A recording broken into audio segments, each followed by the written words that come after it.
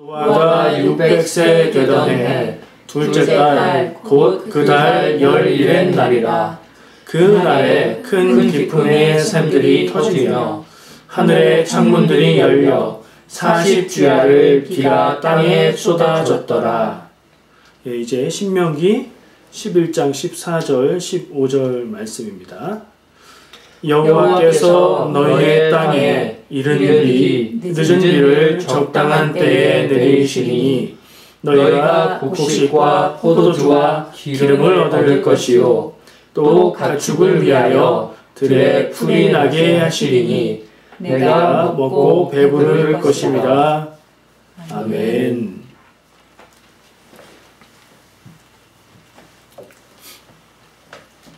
자, 오늘 우리는 창세기 7장 11절, 12절 말씀, 그리고 신명기 11장 14절, 15절 말씀, 두 군데 말씀을 가지고 묵상하고 나누고자 합니다. 오늘 나누려는 말씀의 제목은 비가 오는 날입니다. 말씀을 나눌 때 주일날 비가 안 오고 쨍쨍하면 좀 안 어울리겠다 생각도 했는데 지금 비가 오지는 않지만 아침에 비가 좀 뿌렸어요. 그래서 분위기를 같이 이어서 갈 수 있을 것 같아요. 요즘에 비가 자주 오잖아요. 그래서 어떤 말씀을 나눌까 생각하다가 비에 관계된 말씀을 생각해 봤어요. 얼마나 시의적절한 시사성 있는 말씀이지요. 제가 옛날에 나눴던 말씀 기억하시는 분이 혹시 있을 수도 있어요. 비가 오면 생각나는 그 사람이라는 제목으로 말씀을 나눈 적이 있었어요. 그때는 다른 얘기를 했었고요. 오늘은 그때하고는 또 다른 이야기입니다. 비가 오면 생각나는 그 사람은 우리 아이들은 모르겠지만 어른들은 아시죠? 옛날 노래예요. 너무나 유명한 노래죠. 제가 싫어하는 게 몇 개 있는데 설교하다 말고 갑자기 노래하는 거 굉장히 싫어했었는데 요즘엔 가끔씩 노래를 해볼까 하는 생각도 들기도 합니다. 근데 안 해요. 심수봉 씨가 불렀던 노래고요. 그 노래가 비 오는 날 생각나지요. 그리고 그 노랫말을 생각하면 왠지 어떤 사람이 생각나고 아련하게 떠오를 수도 있겠죠. 여러분은 누가 생각나고 떠오르십니까? 비가 오는 날 비 오는 창밖을 바라보면 그런 여유는 좀 가지시고요. 누가 생각이 나십니까? 혹시 첫사랑 생각이 나시나요? 아니면 젊은 시절 세상 넓은 줄 모르고 그렇게 살았던 그 젊은 날들이 떠오르십니까? 옛 추억이 생각나게 하는 힘이 있는 것 같아요.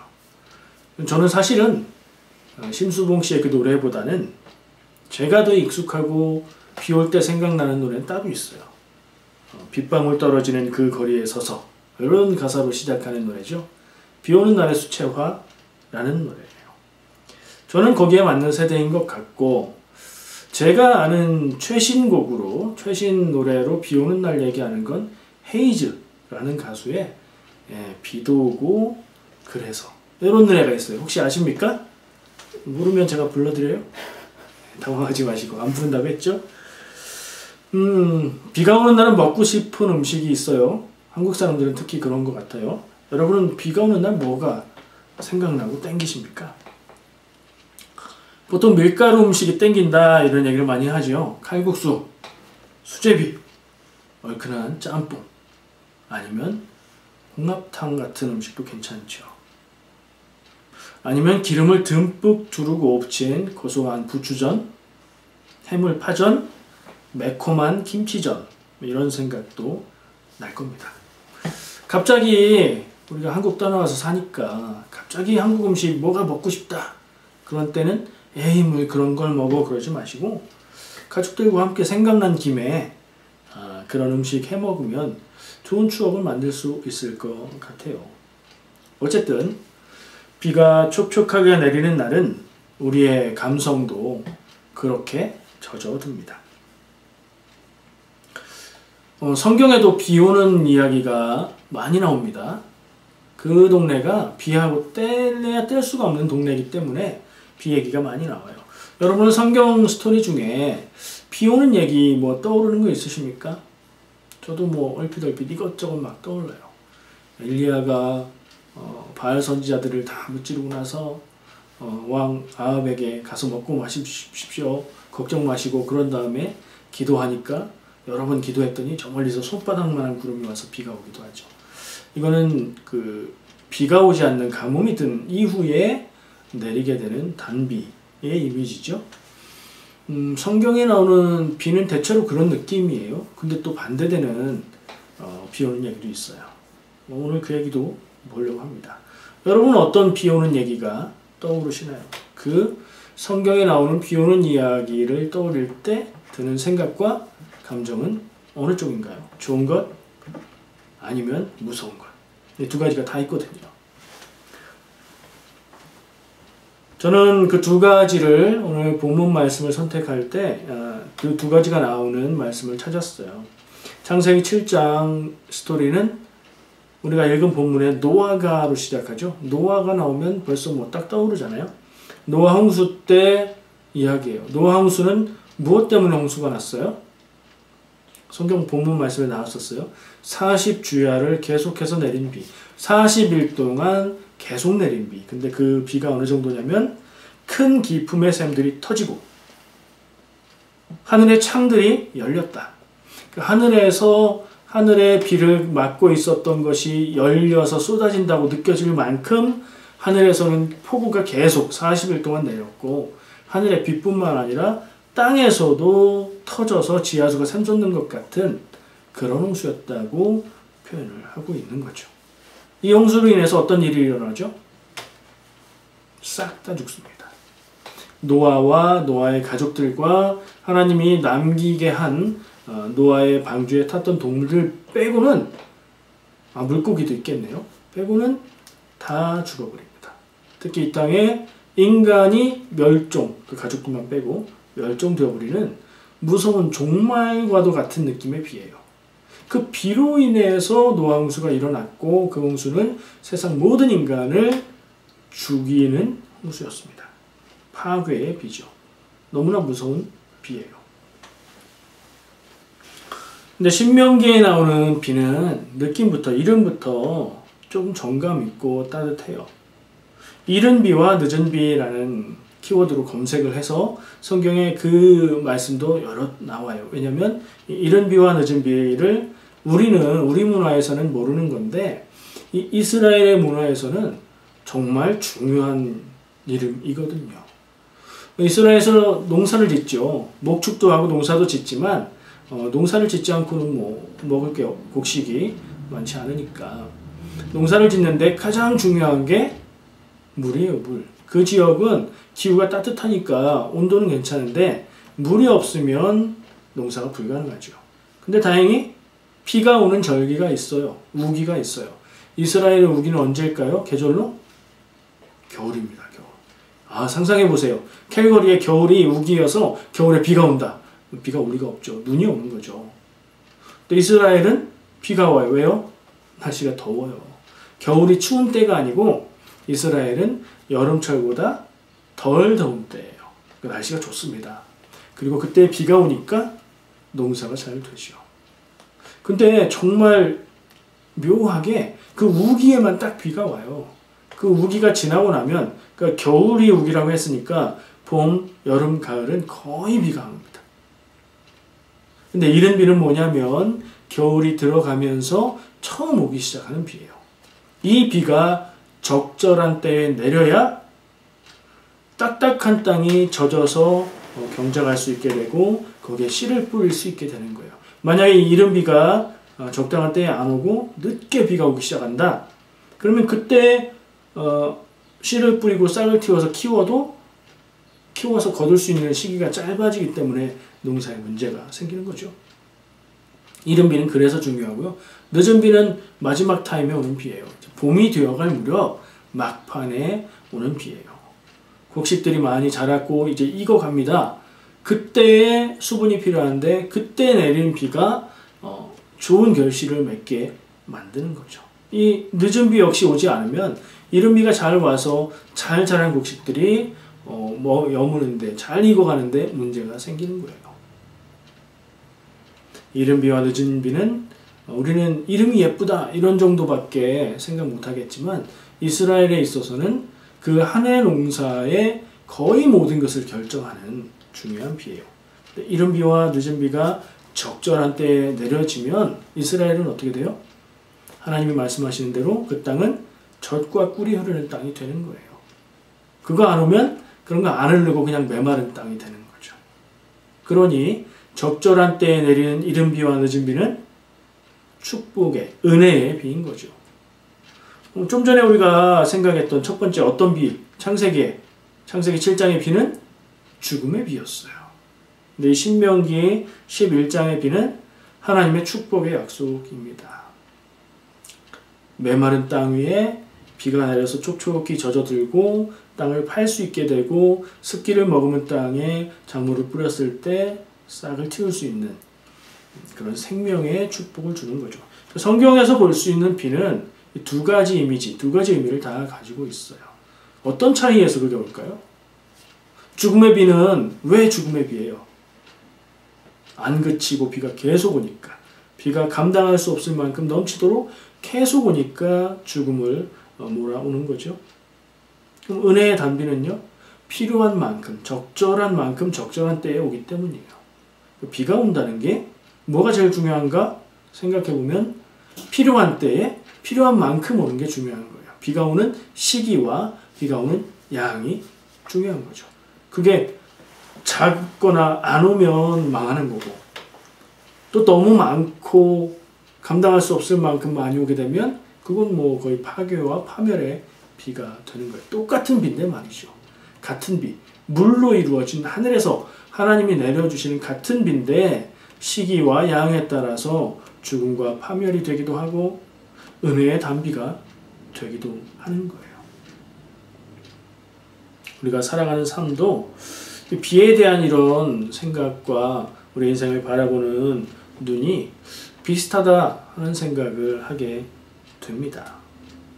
요즘 비가 자주 오다 보니까 창밖을 바라보고 비 오는 날들을 생각하는 일들이 많아졌고 이런저런 생각들을 했어요. 비 오는 양상이 이 캘거리와 한국은 좀 다르잖아요. 느낌도 다르고 여기는 뭐 경고도 없이 느닷없이 갑자기 쏟아지는데 한국은 분위기 조성 쫙 하고 비가 올 때가 되면 비가 오는 것 같은 느낌 들고 그런 다음에 비가 오고 그러죠.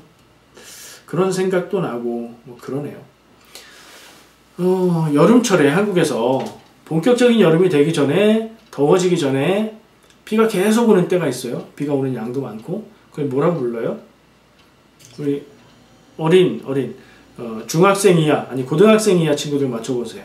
그걸 뭐라고 부릅니까? 한국에 여름 시작 때 비가 많이 오는 걸 여기 있는 친구들은 모르는 것 같아요. 장마예요. 장마. 그죠? 장마 생각나세요? 장마철 되면 뭐 비가 늘 와가지고 걸어 다니면 신발 젖고 바지 젖고 우산 쓰고 다니고 바람 많이 불면 우산 뒤집히고 뭐 이랬던 기억들이 있죠. 근데 캘거리는 비가 어때요? 그렇게 많이 안 오죠. 그래서 우산도 잘 안 써요. 근데 생각해보면 비가 많이 오는 철이 있어요. 똑같아요. 무더운 여름이 오기 전에 뜨거워지기 전에 캘거리도 요즘 얘기예요. 계속 툭 하면 비가 와요. 한국처럼 계속 축축한 그런 느낌은 아니지만 그렇죠. 그래서 저는 요때를 캘거리 장마라고 불러요. 저 혼자서요. 한국 생각도 나고 그래서요. 창세기의 비와 신명기의 비는 같은 비지만 그 결과, 그 느낌, 그 이미지는 정반대입니다. 모든 인류를 멸망시킨 큰 비, 그리고 한 해의 농사가 잘 될 수 있도록 풍요를 가져다주는 은혜의 비이죠. 아까 얘기한 대로 이 둘의 차이는 본질은 비인데 시기와 양에 따라서 달라지는 거예요. 우리의 삶에도 필요한 게 있어요. 꼭 있어야 되는 거, 물처럼. 있는데 그게 적절한 때에 적절한 만큼 주어지면 그건 복이 되는 거고 그게 없거나 적절한 때가 아니거나 너무 많으면 복되지 않은 오히려 저주가 될 수 있는 것이다 하는 생각을 해봤어요. 칼이 칼 자체가 좋은 것이나 나쁜 것이 아니듯이 비도 그 자체로 좋거나 나쁜 게 아니죠. 어떠한 때에 내리느냐, 필요한 때에 내리느냐, 필요한 만큼 내리느냐, 그렇지 않느냐에 따라서 달라지는 겁니다. 여러분들 살면서 원하는 거 있죠? 지금도 내 마음 가운데 원하는, 늘 기도하는 소원 같은 거 있을 수 있어요. 뭔가요? 하나님 앞에 무엇을 간구하고 하나님이 무엇을 허락해 주기를 기도하시나요? 이것과 겹칠 수도 있어요. 돈을 많이 벌기 원합니다.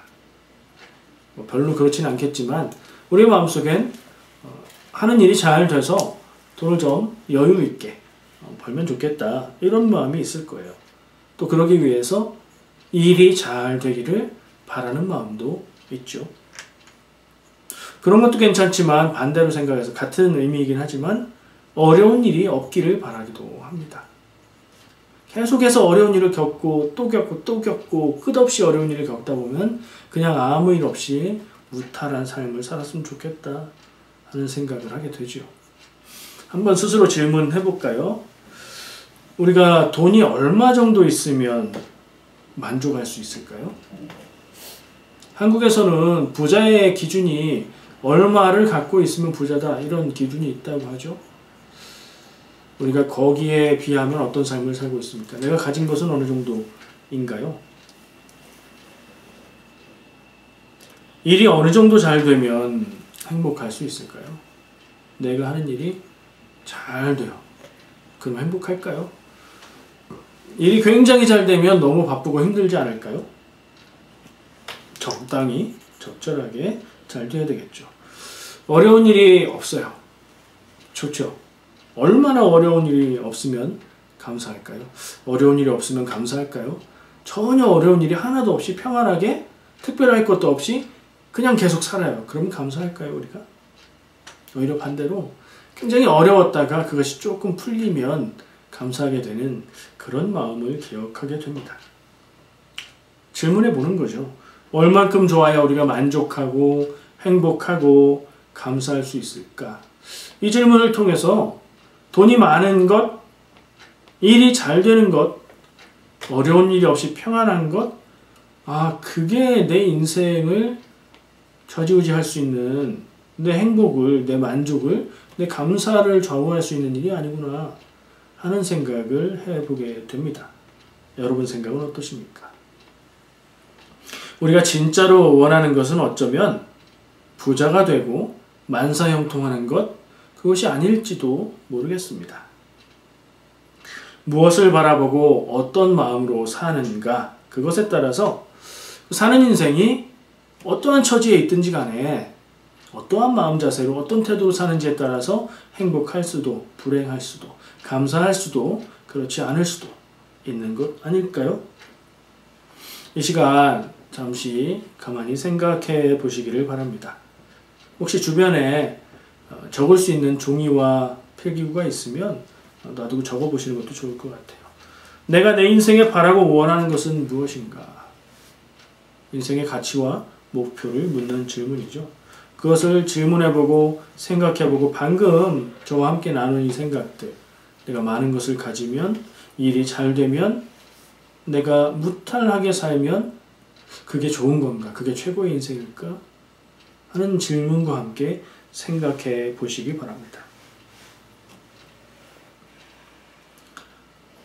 잠시 생각만 하지 말고 아까 얘기한 대로 한번 내 인생의 의미와 가치와 목적을 종이에 적으면서 혹은 전화기에 메모하면서 정리를 해보면 어떨까 생각합니다.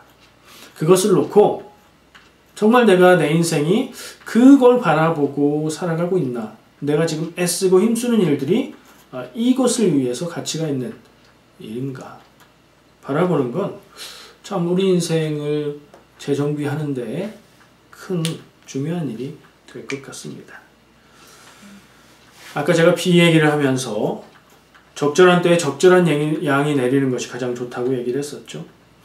우리의 인생에 조건들이 넘치도록 좋으면 좋은 인생이 되고 다다익선이라고 좋은 것이 많을수록 더 좋은 인생 되는 건 아닌 것 같습니다. 내 삶의 모든 필요를 아시는 하나님이 나의 필요에 따라서 하나님이 계획하시고 그 필요를 채워주시고 내 인생을 인도해 주신다는 그 믿음이 있을 때에 우리는 만족하고 감사하고 행복할 수 있지 않을까 생각합니다. 자, 여러분들에게 묻습니다. 나에게 그런 믿음이 있는가? 질문해 보시기 바랍니다. 하나님이 내 모든 필요를 아시고 나를 채워주신다. 아멘이 되십니까? 그러면 내 인생 가운데 어렵고 힘든 일은 왜 찾아올까요? 누가 내 인생에 그런 것들을 보내줄까요? 저는 어렵고 힘든 일조차도 하나님이 내 인생에 주시는 선물, 은혜가 될 수 있다고 생각을 합니다. 내 인생에 찾아오는 모든 것을 긍정하고 하나님이 주시는 것으로 믿고 고백하고 그것을 감사하면 그 삶을 통해서 감사의 조건이 아닌 것처럼 보였던 일들이 더 놀라운 감사의 조건으로 그렇게 열매 맺게 되는 인생 될 것이라고 믿습니다. 제가 교회에 나갔다가 집으로 돌아올 때 항상 보게 되는 풍경이 있습니다. 그 오가는 길에 있기 때문에 특히 들어오는 길에 바로 오른편으로 보이는 길인데요. 저희 집은 이스트에 있어서 강을 건너오게 돼요. 글렌모어로 쭉 오다 보면 강을 건너오게 되는데 캘거리에 비교적 도시의 모습인 곳에서 길을 따라서 한적하게 나오다가 오른쪽을 바라보면 마치 멀리 나와서 볼 수 있는 풍경 같은 그런 강의 풍경이 펼쳐져요. 물론 이렇게 지나가면서 잠깐 보고 지나가는 풍경이지만 그걸 바라볼 때 저는 행복한 마음을 느끼고 굉장히 좋다고 느껴요. 아마 제가 시골에서 자라서 그런지도 모르겠습니다. 자연이 좋아요. 그리고 그 풍경이 제 눈에는 굉장히 아름답게 보입니다. 요즘에는 비가 계속 오니까 강이 좀 폭이 넓어졌어요. 물이 많아졌어요. 그래서 예전에는 나무들이 있고 뭐 그러던 곳까지 물이 다 찼어요. 몇 년 전에 캘거리 홍수 났던 거 기억하시죠? 네, 홍수 났을 때 그 강물이 넘쳐서 이 주변의 집들이 피해를 보고 그랬었어요. 길도 다 막히고요. 그런 기억을 하면 좀 두렵기도 하죠. 홍수가 그렇게 해서 피해를 주기 시작하면 좀 두려운 일이에요. 근데 아직은 뭐 그렇게 넘칠 일이 아니라 조금 많다. 그 정도로 늘었어요. 보기 좋아요. 깨끗해 보이고 물이 많으면 풍요로운 느낌도 들어요. 물이 좀 적어져서 강폭이 줄어들고 수심이 낮아지면 그것도 나름대로 아름다운 풍경을 보여줍니다. 그러니까 넘치거나 너무 없거나 그러지 않는 한은 그 강물은 늘 아름다운 풍경을 보여주고 있어요. 우리의 삶도 어떤 때는 뭐 풍족하기도 하고 어떤 때는 연약하기도 하겠죠. 그러나 완전히 망하고 죽게 되지 않는 한 그리고 너무나 넘치고 어려운 일들이 우리의 삶을 짓눌러서 살 수 없게 하지 않는 한 우리의 삶은 하나님이 허락해 주신 삶이고 그 가운데 그것들을 모두 감사함으로 받으면 우리의 삶이 은혜가 넘치는 그런 삶으로 느껴질 거라는 생각을 합니다. 하나님의 때에 대한 생각을 좀 해봤어요. 아까 비를 이야기하면서 비가 오는 때가 참 중요하다는 얘기를 했었죠. 산불이 났을 때 비가 내리면 굉장히 도움이 되는 비겠죠.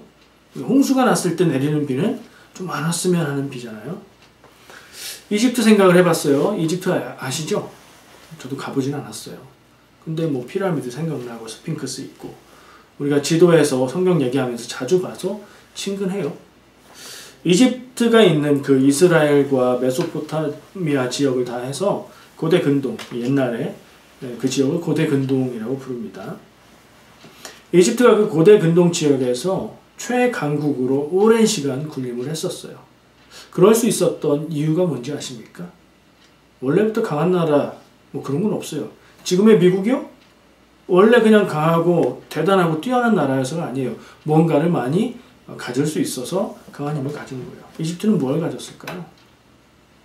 세계 4대 문명 이야기를 해볼게요. 자꾸 뭐 이렇게 벌어지는 것 같은데 여기까지만. 세계 4대 문명, 우리가 학교 다닐 때 공부했었죠. 뭐예요? 기억해 보세요. 그리고 그 4대 문명의 공통적인 특징이 있습니다. 중국의 황하강 유역에 있는 황하 문명. 거기에서 사람이 모여 살기 시작하면서 문명이 이루어졌어요. 인도의 인더스강 유역의 인더스 문명. 그리고 이제 남은 두 가지는 성경의 이스라엘의 역사와 성경의 스토리와 밀접한 관련이 있어요. 다 다루어져요. 티그리스 강과 유프라테스 강 주변에 있는 메소포타미아 문명이 있습니다. 아브라함이 그 동네에서 왔어요. 그러니까 성경의 문화 자체가 뿌리가 메소포타미아의 영향을 받았다 이렇게 생각할 수 있죠. 그리고 이집트에도 이스라엘 사람들이 가게 되죠. 이집트에 가면 역시 강인 이름으로 붙어있는 문명이 있죠. 뭐예요? 나일강 문명이에요. 나일강의 특징은 1년에 한 번씩 때가 되면 강물이 넘쳐요. 강물이 넘치는 걸 뭐라고 해요? 홍수죠, 홍수. 근데 이집트는 1년에 매년 그때만 되면 강물이 넘치기 때문에 사람들이 다 피신해요. 그랬다가 다시 돌아와 보면 싹 쓸려나가고 아무것도 없겠죠? 근데 땅이 어떻게 돼요? 강물이 넘쳐서 강물을 따라 흐르던 그 영양분이 풍부한 흙들이 땅을 다 덮습니다. 그 땅을 갈고 그 땅에 농사를 지으면 그 모든 주변 지역이 다 먹고 살 만큼의 곡식이 거기에서 나와요. 그래서 이집트는 거기에서 나오는 그 경제력을 가지고 그 주변에서 가장 강한 강대국으로 군림할 수 있었던 거예요. 비가 많이 와서 강이 넘치는 건 홍수고 홍수는 피해를 주는 건데 이게 매년 일정하게 와서 예상할 수 있기 때문에 피했다가 그 혜택을 계속해서 볼 수 있었던 거죠. 그러면 이건 피해가 아니라 득이 되는 거예요. 이렇게 비가 오는 것도 그렇고 우리가 살아가면서 만나는 모든 일에 때가 굉장히 중요합니다. 시기가 중요하다는 거예요. 필요할 때에 필요한 것이 딱 있으면 가장 좋은 거죠. 필요한 때에 필요한 게 없으면 답답하죠. 하나님이 우리의 삶에 아까 제가 얘기한 우리의 모든 필요를 아신다는 얘기는 언제 무엇이 필요한지를 나보다 하나님이 더 잘 아시고 그것을 온전하게 채워주실 거라는 믿음을 얘기하는 겁니다. 내가 생각하는 나의 필요가 있어요. 지금은 이게 필요하고 지금은 이게 필요하고 지금은 이걸 해야 되고 지금은 이게 이렇게 돼야 돼. 내 생각이고요. 결국에 일은 어떻게 됩니까? 내가 생각한 대로 될 때도 있고 그렇지 않을 때도 있지요. 저는 그것을 교회에서 이야기하는 하나님의 때라고 생각합니다. 모든 일은 우리에게 다가오는 모든 일들은 하나님의 때에 맞게 진행되고 이루어집니다. 왜요? 하나님이 역사의 주인이기 때문입니다. 그러면 나의 개인적인 시간 속에 경험하게 되는 모든 일들, 우리 캘거리에 사는 우리가 겪어야 되는 일들, 이 온 세상이 온 세계가 역사 가운데 겪어 나가게 되는 일들, 좋은 것뿐만 아니라 힘들고 어렵고 아픈 것까지도 하나님의 계획 안에서 하나님 주시는 것이라고 우리는 받아들이는 것이 온전한 믿음입니다. 노아 홍수 때는 어땠어요? 노아 홍수 때 이게 이 방금 얘기한 나일강 범람처럼 그때를 예상할 수 있었나요? 사람들이 바빴어요. 먹고 마시고 이 일하고 저 일하고 하느라고 바빴어요. 죽을 줄도 모르고 바빴어요.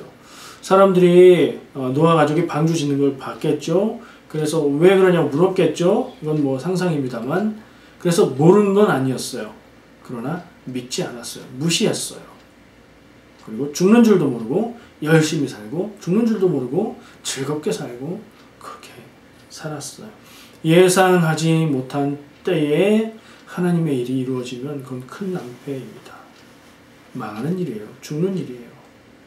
그럼 우리가 인생을 살아가면서 어떤 때를 생각할 때에 나의 계획과 뜻에 따라서 때를 조절하고 그 때가 맞지 않으면 힘들어하고 스트레스 받는 것 그것이 성실한 삶일까요? 아니면 하나님이 이루시는 때가 있음을 기억하고 하나님의 때가 언제 어떻게 이루어질 것인지를 바라보고 그것을 찾으려고 기도하고 그 하나님의 때에 맞추어서 살려고 하는 것이 은혜 받는 삶일까요?